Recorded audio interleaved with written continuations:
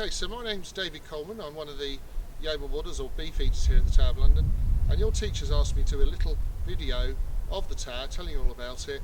So I'm going to go around the tower and do little snippets here, there and everywhere so you can get an idea about the Tower of London. Anyway, the story of the Tower of London begins with this structure behind me, the White Tower, and a man called William the Conqueror. Now William invades England in 1066. He defeats the Anglo-Saxon King Harold II in the Battle of Hastings. Then William becomes King William I of England.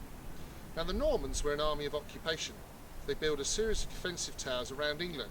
And these are generally wooden structures. So they built a wooden stockade type thing, and that was called the bailey. Then they built a large mound of dirt, and that was called the motte. And on top of that they put a wooden tower. But William decides to build something far more substantial. So the tower behind me was built in 1078. Well, he gave orders for it to be built in 1078. And he asked a man called Gundulf of Bec, the Bishop of Rochester, to oversee the building work. The building work took 20 years, so in fact William was long dead before the tower was completed.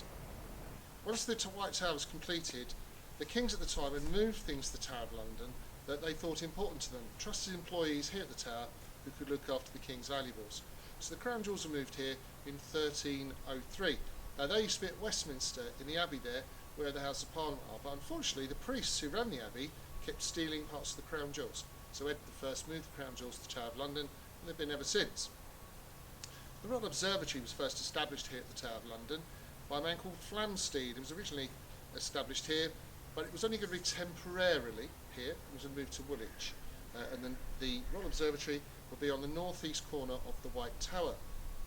Also moved to the Tower of London was the court records were stored here, so when the king made an order he'd write it down, and they were all stored here until they moved to the newly formed Public Records Office.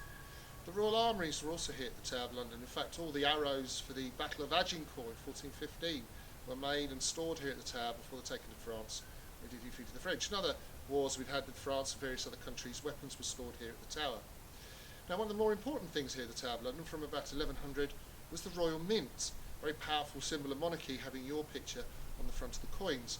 However, all over England people were making coins in certain different ways, and eventually they were standardised here in about 1275, but I'll talk about that later on during the video coverage. And obviously prisoners were also kept at the Tower of London as well. Now the first prisoner kept at the Tower of London was a man called Ranulph Flambard, the Bishop of Durham. He was a tax collector for the previous king, and he was imprisoned here. But Ranulph, as the name suggests, was a bit flamboyant, got the guards drunk one night and escaped. So the first prisoner was the first escapee. The last prisoner of the Tower of London was Rudolf Hess, and Rudolf Hess was Adolf Hitler's deputy. Now, also here at the Tower of London, London Zoo. Now when people came to visit the king, they would bring animals with them occasionally, and the first animals documented at the tower was around 1100, but all of those then eventually ended up in another tower called the Lion Tower, which is on the entrance to the Tower of London, and they were moved by barge from here to the newly formed London Zoo, which is still there. One of the more stranger exhibits was an elephant brought here in 1255, and a white bear and a keeper in 1251. The white bear put on a strong rope or chain and allowed to swim in the River Thames and catch its own dinner. Anyway, let's have a look through some of the other stuff here at the tower. So once the White Tower was constructed, over the years successive monarchs improved to that original defensive position. And as you can see here now, beyond my right and the wall going off, you can see is the inner walls built around 1220 during the reign of Henry III. In fact, the inner walls weren't so hard to build because actually they were built on the foundations of the old Roman wall, which was built here in London around 200 AD. And then his son, Henry III's son, Edward I, in about 1280, built these here on the right hand side, the outer walls. And there are 6 towers on the outer walls, mostly facing south across the river. Now, there was only one entrance to the Tower of London via the land, but seaward there are actually 3 entrances. First of all was the Sallyport or Byward Postern, which I'll show you in a few minutes. Obviously there's Traitor's Gate, which would be the main entrance to the Tower of London.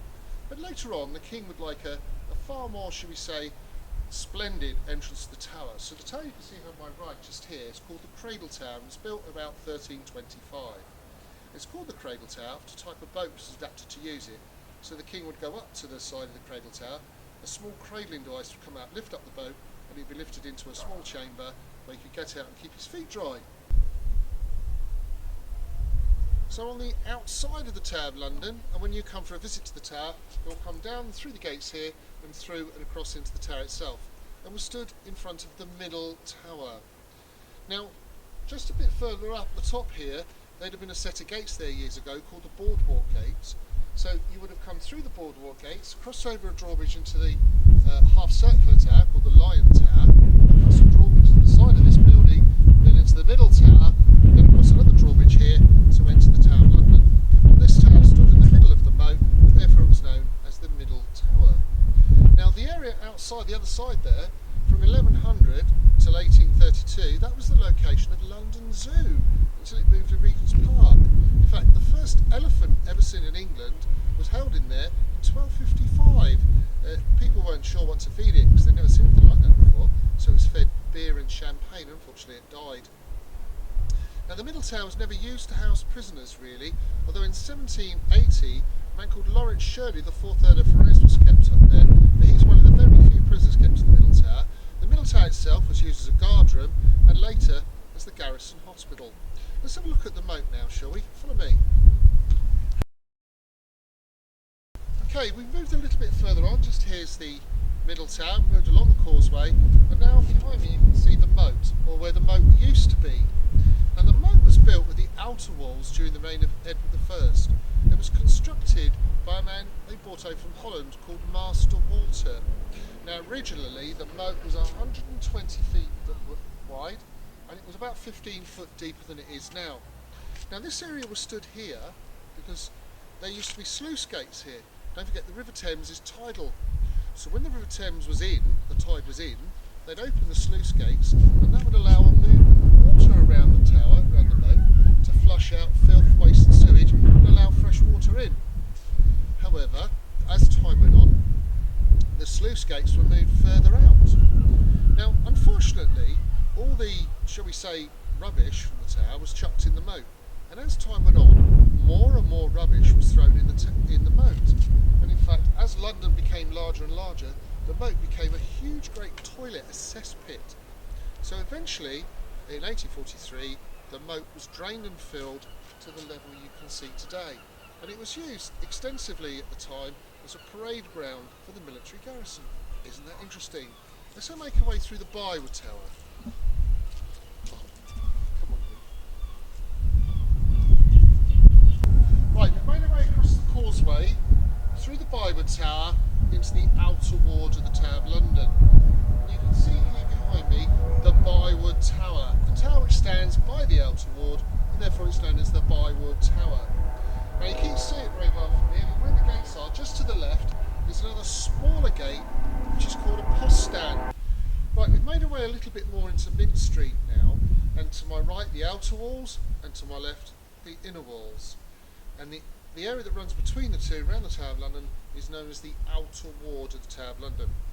The buildings on my right are known as the casemates. Now, the casemate is a Latin term, and it means a dwelling in an outer wall. Because when you become a Yeoman Warder or beefeater like myself, you live in the Tower of London. So these buildings now are accommodation for Yeoman Warders like myself. You can live with your families, and people live all round the tower. Now, this area for many years was known as Mint Street, because this is where the Royal Mint was located, so all the coins were made here.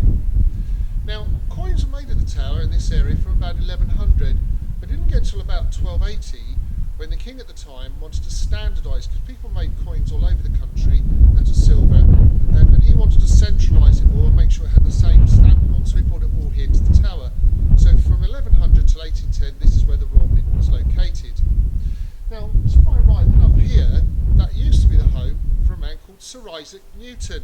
Remember, he's the one who invented gravity. Where would we be without gravity, eh? Anyway, Sir Isaac Newton was brought to the Tower of London as Master of the Mint. And the reason for that is during the James II, we had a lot of problems with the coins. So what Sir Isaac Newton did to stop people what's known as clipping the coin, so people used to get a coin, clip little bits off, and they would make another coin from that. So he made coins that had a serrated edge. So if you get a coin now and you can feel a little serrated edge around the corner, that is from a design started by Sir Isaac Newton, who lived here at the tower to stop people clipping the king's coinage. Interestingly, over the years, kings and queens have often looked at the coinage as a way in making money. Henry VIII, for instance, although the coins were made of silver, he decided to put more copper into the silver and therefore get more coins.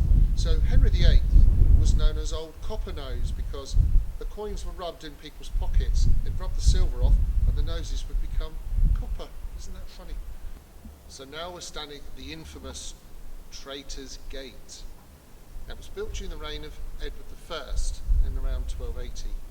What Edward did is he grabbed the River Thames, which was washing against the walls here, pushed the River Thames back, built the outer walls, and raised this road, which the camera's on now, by 12 feet. That's why it's still known today as Water Lane. Now, Edward I built this huge palace here and used that as his own personal palace. It's called St Thomas's Tower. It's named after Sir Thomas Becket. Sir Thomas of Becket was murdered in Canterbury Cathedral on the orders of Edward I's great-grandfather, Henry II. Now, this would have been a high-status building, so on that side he would have had a garderobe, which is a type of toilet, and on this side he's got a small oratory. Now, an oratory is a very small chapel or church which would be used in high-status rooms. Now, when it was originally constructed, it was known as the Watergate, but over the Tudor period it became known as Traitor's Gate, probably because this is the way that most of the prisoners came into the Tower of London, but it could also come from the term Trader's Gate, because all the food and provisions would have been brought downriver, because that's the only way you could have moved large amounts of stores, and they would have traded here in this area with people as they brought food into the tower itself.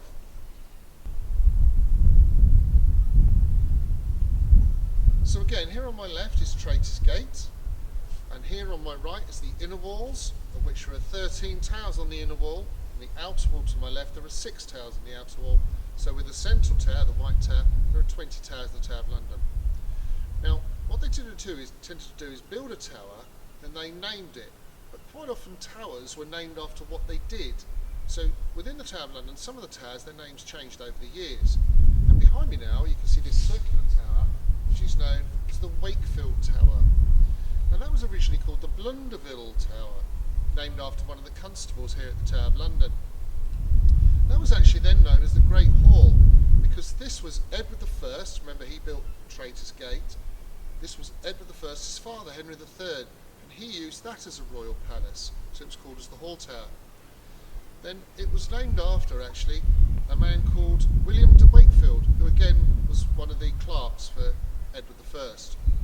Now the Wakefield Tower was used for many years as the public records office, so when the king made notes and things, the records were actually kept in there.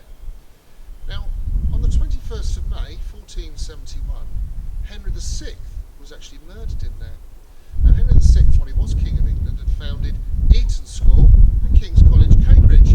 So every year on the anniversary of his death, the deans of those colleges come here to the Tower of London and they lay lilies and roses at the place where their founder was murdered. Isn't that lovely? What we're going to do now is walk this way, we'll turn left through the tower on my right behind me, and it's known as the Bloody Tower. Right, so this is Water Lane, behind you is Traitor's Gate, and to your right here is the Wakefield Tower. And we're about to go from the outer ward through this archway to the inner ward, and the gate that secures the entrance to the inner ward is called the Bloody Tower, although originally it was called the Garden Tower. Now the first thing you may notice is there's some spike poles just here on the left and right. Now they were put there by a man called the Duke of Wellington, and he defeated Napoleon at the Battle of Waterloo. And he put those there to stop soldiers when they were on duty, hiding in corners and smoking. And even to this day they're known as Wellington's chairs. Now above me you can see this portcullis. The portcullis dates, it's about 700 years old and weighs 2.5 tons, and has a set of gates.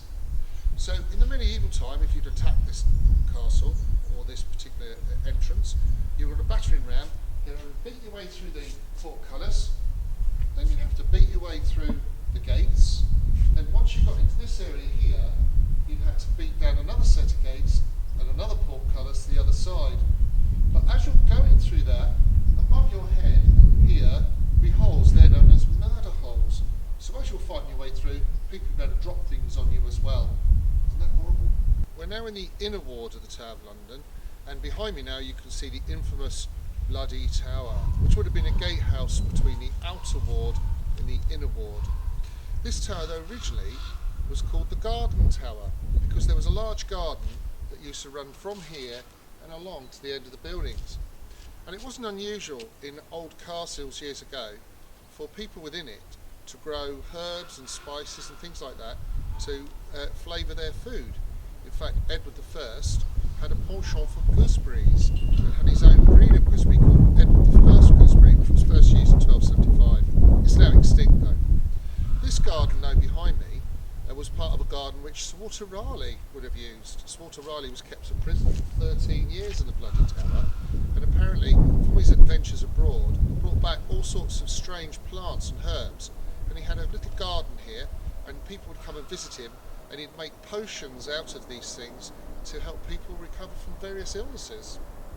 Behind me now you can see this very large black and white, perfectly preserved Tudor building, which is known as the Queen's House because it actually belongs to Her Majesty the Queen.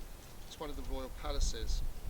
Now years ago there used to be another building here called the Lieutenant's Lodgings, which fell into disrepair, and Sir Edmund Walsingham then applied to the King Henry VIII for some money, and he rebuilt it. And this is the house behind me now that he rebuilt in 1540. Now, like all the buildings of the Tower of London, it has a certain history when it comes to prisoners. Henry VIII's fifth wife, Queen Catherine Howard, was kept as a prisoner in here before her beheading, unfortunately, here on the Green. William Penn, the founder of the state of Pennsylvania, now, he was a Quaker, and he was imprisoned in the Tower of London for seditious writings. In the top window, the large windows at the top there, you can see a room called the Council Chamber, and Guy Fawkes was interrogated in there after the Gunpowder Plot of November 1605. When they interrogated him, they realised he came from Yorkshire, and so they took him from there to the basement of the White Tower, and they introduced him to the gift shop. The last prisoner held here, in fact the Tower of London and in the Queen's House, was Rudolf Hess, Adolf Hitler's deputy. He was kept here for some 3 or 4 days, although he was kept to a room just over to the right-hand side of the Queen's House. So when the Normans invaded, the Normans themselves preferred to fight from horses in armour, so they'd have forts, but they would tend to get ready in those forts and go out and meet the enemy. Now a lord may have a number of different castles, each castle being run by a man called a constable, and it comes from the Latin word stubble, which basically means count of the stables. Now here at the Tower of London we have a constable, and he lives in the Queen's House, which is behind me. The Constable of the Tower of London is the second highest authority in the country. So whenever the Queen's out of the country, technically the Constable's in charge, although it's more of a ceremonial role now. Now as the house belongs to the Queen, every time the Queen comes to visit, and the Constable here at the Tower is a constable for 5 years, and over that period the Queen tends to visit, the first thing he'll do is he offers the keys for the Queen's house to her. She automatically says no thank you, and he then goes back to living there. Although one day she may say yes please, at which point he'll have to find somewhere else to live, won't he? This is Tower Green, our village green here at the Tower of London. Looking through Tower Green you can see the very bottom there, that very large black and white building which is known as the Queen's House. It was actually built during the reign of King Henry VIII. But this area here has a memorial behind me because there were a number of executions, beheadings within the tower. Now, the first of those was Henry VIII's second wife, Anne Boleyn, 1536. She was beheaded here and buried in the chapel, which is now behind you. The next execution was a lady called Margaret Pole, the Countess of Salisbury. Her son was Reginald Pole, preaching against Henry VIII. The following year, though, we had 2 executions on the same day, 13th of February 1542. The first was Henry VIII's fifth wife, Queen Catherine Howard, and the second was her lady-in-waiting, Jane Boleyn, the Viscountess of Rochford. Now 12 years later, 1554, Lady Jane Grey makes her way from number 5 here over to the left, onto the grassed area here, and the last beheading in this area was a man called Robert Devereux. Robert Devereux was the second Earl of Essex. He was traitorous towards Queen Elizabeth I and finds himself here in the Tower. There was another execution here, a man called Lord Hastings. He was in a council meeting with Richard III in the White Tower, and unfortunately he must have upset Richard because he was brought out here and also beheaded. And there's a memorial behind me on the ground to the executions here within the tower. Right, so here we are by the ravens' cages. The ravens are very famous here at the Tower of London. And the story goes that during the reign of Charles II, he was King of England from 1660 to his death in 1685, he wanted to get rid of the ravens. But as he asked them to be cleared, he was reminded by a man called Flamsteed that if the ravens were to leave the Tower of London, the White Tower would crumble to dust, a great disaster would befall the country, the monarchy would fall. So Charles II then apparently decreed that at all times we must keep 6 of these ravens here at the Tower of London. But obviously with this weighty burden of responsibility on our shoulders, we thought it prudent to keep a spare, so in fact we keep 7. Now, behind me are the ravens' cages. Up to 1946, the ravens just wandered wild around the tower and we used to throw food to them. However, we kept losing them and they'd die occasionally, so after 1946 built some cages, and these are the most recent ones behind me. Now the ravens themselves are a member of the corvid family. They've got a wingspan up to 1.5 metres, they're quite large. The ravens themselves, they're very territorial. They're fed in the cages, he then lets them out for the day and they're wandering around the tower at the moment. Then at night he puts them back in the cages and he feeds them again, and they're fed on meat. Now the ravens themselves, although they're territorial, they'll stay here because they're fed, but their secondary flight feathers are trimmed. And these tend to grow back, so they're trimmed regularly, which doesn't stop them flying, but it does stop them flying with any substantial distance. Now ravens in the wild live to about the age of 10 to 12, but here at the tower they're so well looked after by the raven master and his assistants that the last raven, to my memory, that died, which was about 3 or 4 years ago, was Moonin. She died at the age of 24. And after the war we did have a raven here at the tower, and he died in his 40s. Wow.